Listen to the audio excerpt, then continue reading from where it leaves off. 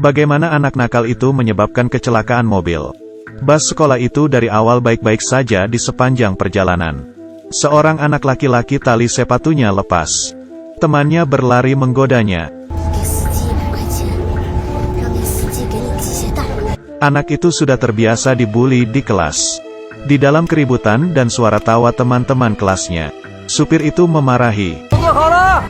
Anak laki-laki itu berjalan ke depan dengan suara pelan. Supir itu berpura-pura tidak mendengar. Siapa tahu bocah laki-laki itu semakin menjadi. Dia memasukkan uang dengan paksa ke kantong si supir. Dan juga pergi merebut kemudi. Begini sangat bahaya. Demi memberikan pelajaran ke anak nakal. Dia membawa anak itu turun. Tetapi di waktu yang bersamaan, supir itu menatap si bocah. Dia menyimpan uang $100 itu. Menggunakan kesabaran dirinya. Tetapi supir yang begitu baik.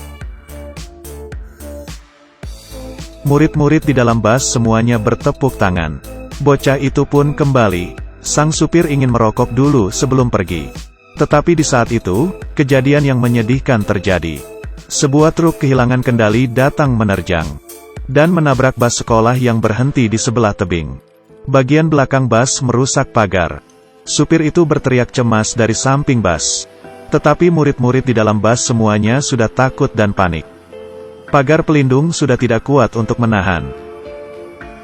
Setelah 3 detik, bus itu pun terjatuh.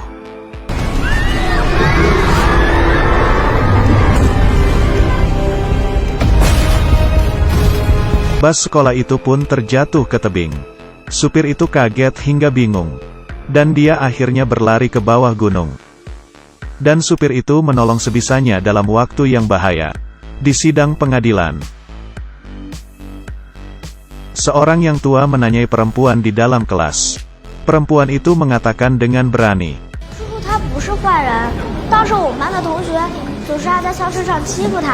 Semua orang gempar. Terakhir supir itu diakuisisi. Tetapi dia tahu, di selanjutnya. Supir bangun. Dan pria di depannya yang memenjarakannya. Bus sekolah jatuh ke bawah tebing. Supir di waktu yang berbahaya, menolong seorang laki-laki. Dan level ini 3 tahun penuh. Bagaimana dengan supir? Bagaimanapun di luar sana banyak yang menginginkannya mati. Selain itu, sekeluarga ini sebenarnya sangat baik padanya. Setiap malam Sabtu, sama-sama makan malam dengan keluarga. Hanya sedikit tidak nyaman, setiap kali sebelum makan.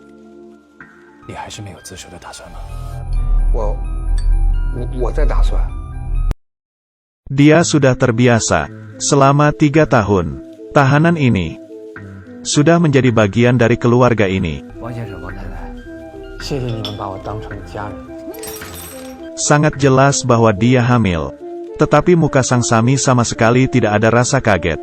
Setelah istrinya kembali, istrinya mengatakan, suami terdiam beberapa saat. Siapa tahu bahwa istri mengatakan sesuatu yang keterlaluan. Sang pria masih tetap memela ikan. Hanya saja pisau dan garpunya bergetar. Istri mengatakan sekali lagi. Suaminya memaksakan senyuman. Sejak sang istri mengajukan keinginan bercerai itu, ini dari awal sudah bukan keluarga yang normal. Yang pertama adalah sang ibu. Menginginkannya berjalan masuk ke dalam. Sang anak pun menuruti. Saat sang anak berjalan hingga ke depan rak, untung saja sang ayah mendengarkan suara. Berlari dan menolong anaknya yang kaget.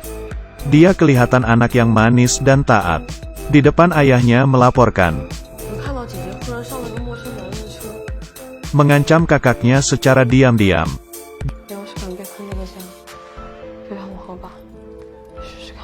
Tentu saja, dia sudah membuat serangan balik.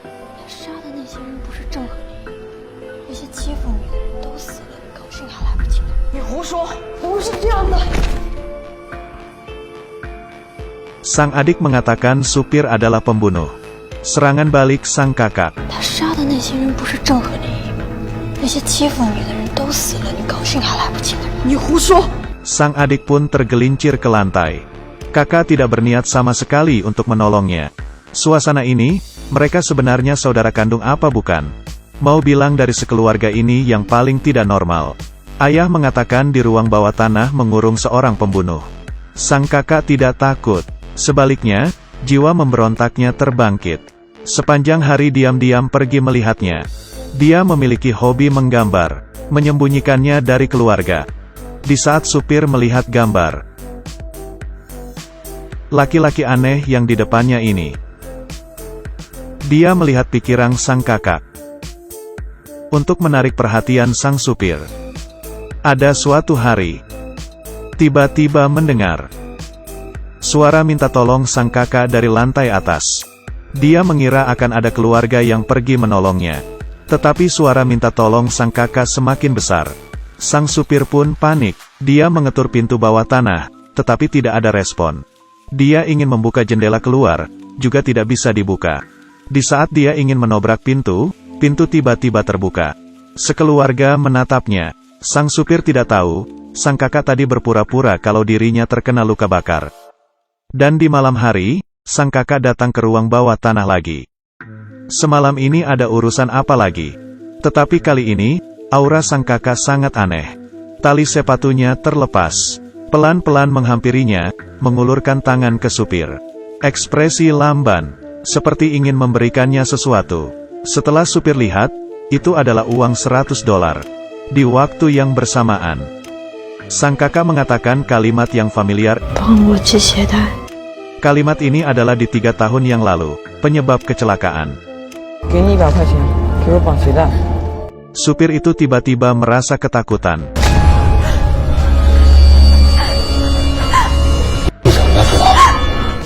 Untung saja sang adik waktu itu muncul, menahan kakak yang sedang gila. Supir yang menyadari petunjuk, menghentikan sang adik. Tetapi dia tidak mengungkapkan, lalu mengembalikan uang ke mereka. Akhirnya di suatu hari, sang kakak pergi mencari supir lagi.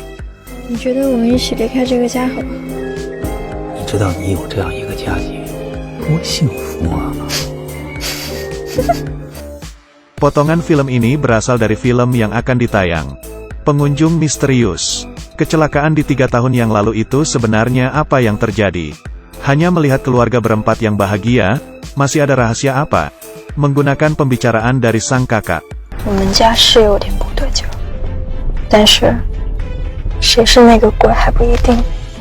Orang yang dimaksudnya, apakah sang ayah yang ketat, ibu yang lemah lembut, atau adik yang sombong?